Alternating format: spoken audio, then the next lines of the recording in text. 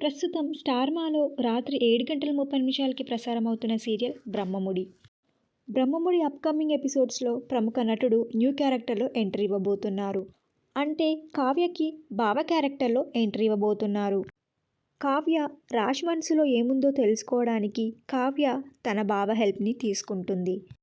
కావ్య బావగా ఈ సీరియల్లో ఎంట్రీ ఇవ్వబోతున్న నటుడు ఎవరో కాదండి, సూర్య. సూర్య జానకి కలగనలేదు, అభిషేకం, దేవతలారా దీవించండి చాలా సీరియల్స్లో నటించారు. ప్రస్తుతం కృష్ణ ముకుంద మురారి మరియు ఎటో వెళ్ళిపోయింది మనసు సీరియల్లో నటిస్తున్నారు.